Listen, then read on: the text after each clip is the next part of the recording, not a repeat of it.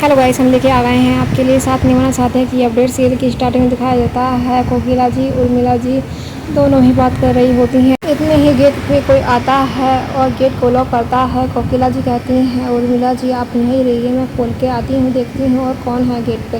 वहीं पर कोकिला जी होती हैं गेट खोलने के लिए चली जाती हैं। इतने में दिखाया जाता है गोपी ही अपने रूम से आ रही होती है। कोकिला जी गेट खोलती हैं तो सामने 3 औरतें खड़ी हुई होती हैं जिनके हाथों में बड़े टोकरे होते हैं फूलों के। वहीं पर ये देखकर हैरान हो जाती हैं और कोकिला जी पूछ लेती हैं आप सबको किसने बुलाया है और ये किस लिए लाए हो। वहीं पर इतने में ही दिखाया जाता है कृष्णा की मम्मी आ जाती हैं।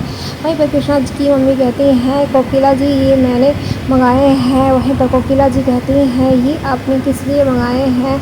वहीं पर कोकिला जी को बताती हैं आज जल की दिशा बदल चुकी है तो आज गोपी और कृष्णा की सुहागरात हो जाए तो बहुत अच्छा रहेगा। वहीं पर मैंने उनका कमरा सजाने के लिए ये सारा सामान मंगाया है।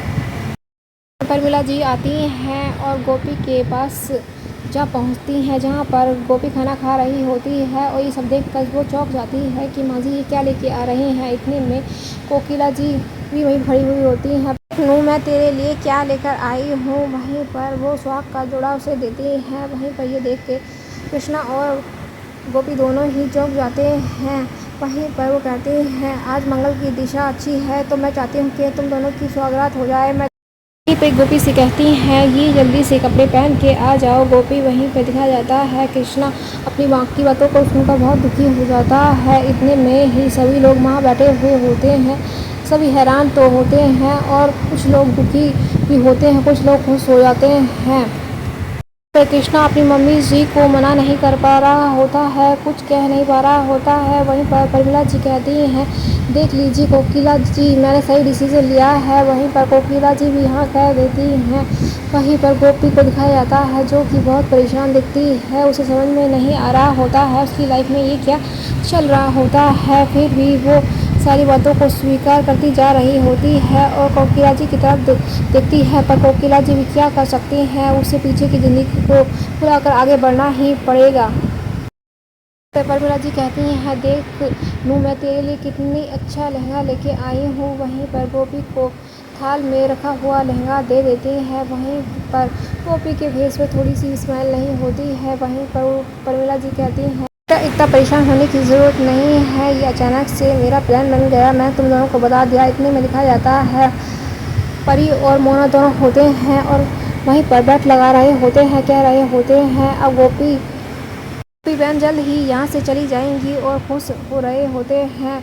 वहीं पर सिर्फ बताया जहाँ पर दिखाया जाता है गोपी रूम में होती है और बहुत उदास बैठी हुई होती है। इतने में ही कोकिला उर्मिला आ जाती हैं। वहीं पर गोपी से पूछती हैं बेटा इतना उदास क्यों हो। वहीं पर उर्मिला जी कहती हैं कोकिला जी आप अच्छी तरह से जानती हैं गोपी किस दुविधा में फंसी हुई है। वहीं पर गोपी कहती है माँ जी आपको परेशान होने की कोई ज़रूरत नहीं है, मैंने सारा कुछ भगवान के ऊपर छोड़ दिया है, जैसा भगवान चाहे वैसा कर सकते हैं मेरी लाइफ के साथ।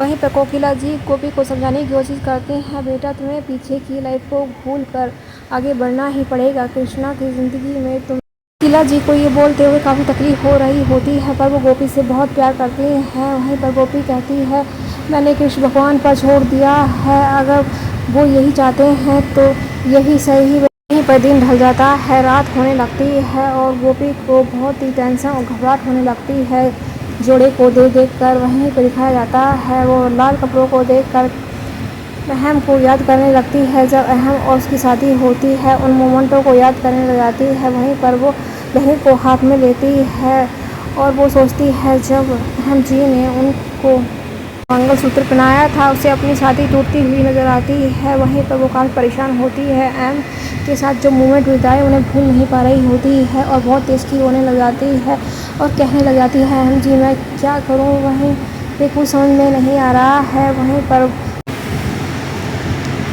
वो भी सोचती है मैं क्या ठीक कर रही हूँ, क्या सही कर रही हूँ, कुछ समझ में नहीं आ रहा होता है। अहम की बातों को सोच कर और बीते हुए पलों को सोच कर वो बहुत ही दुखी और परेशान हो जाती है अपनी पहली ज़िंदगी को लेकर। यहीं पर गोपी सोचने लग जाती है मैं किसी और की कैसे हो सकती हूँ। एम जी ने वादा किया था मुझसे, जिएंगे तो साथ साथ मरेंगे तो साथ साथ। वहीं पर गोपी फिर से रोने लग जाती है। वहीं पर प्रमिला जी होती हैं, गोपी का इंतजार कर रही होती हैं। कोकिला जी से कहती हैं देख के आइए ज़रा गोपी बहू रेडी हुई है कि नहीं। वहीं पर कोकिला जी कहती हैं मैं अभी जाती हूँ, आप ठहरिए। वहीं पर कोकिला और प्रमिला दोनों ही चली जाती हैं गोपी के रूम की तरफ। वहीं पर खटखटाती हैं। इतने में ही गोपी गेट को खोलती है तो गोपी बुरी तरह से तैयार हो चुकी होती है दुल्हन के रूप में। ये देखकर उसे खुशी भी हो रही होती है, कोकिला जी को थोड़ा दुख भी हो रहा होता है। गोपी को देख के प्रमिला जी काफ़ी खुश हो जाती हैं और कहती हैं मेरी बहू तो एकदम चांद के टुकड़े की तरह लग रही है।